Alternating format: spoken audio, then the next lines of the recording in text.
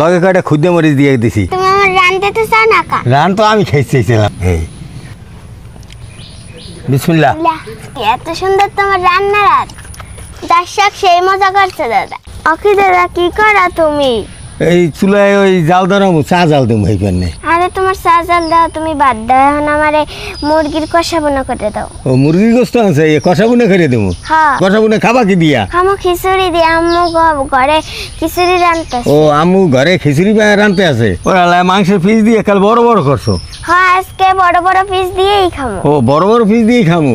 নাতি যেহেতু কষা বুনে খাইছে, তা কষা বুনে করার জন্য মুরগিটা একটু ফের তুমি ভাইয়ে নেবো আমি। হলুদ লবণ। এবার মুরগিটা ভাজার জন্য চুলায় কড়াই দিলাম।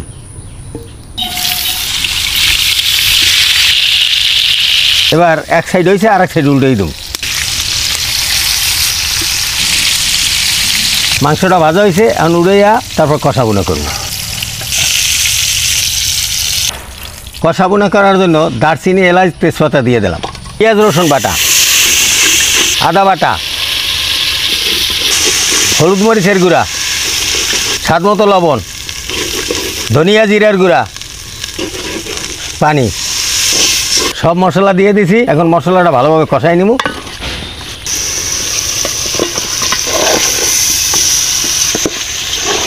সেদ্ধ হওয়ার জন্য পরিমাণ মতো পানি দিয়ে দিলাম। রান্না হইতেছে। ও কি দাদা তুমি কি রান দাদি?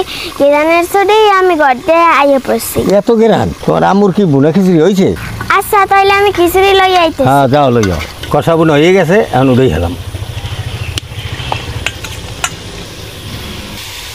লগে কয়টা খুদে মরিচ দিয়ে দিছি, আরও মজা হইবে। দাদা আমি খাইতে বসে গেছি, আমি খিচুড়ি রান্ধতে দিতেছি। এই যে কষা বুনা দাদা, রান দেবো না চিনে দেবো? রান তুমি আমার রান দিতে চাও না কা? রান তো আমি খাইছিলাম এই জন্য।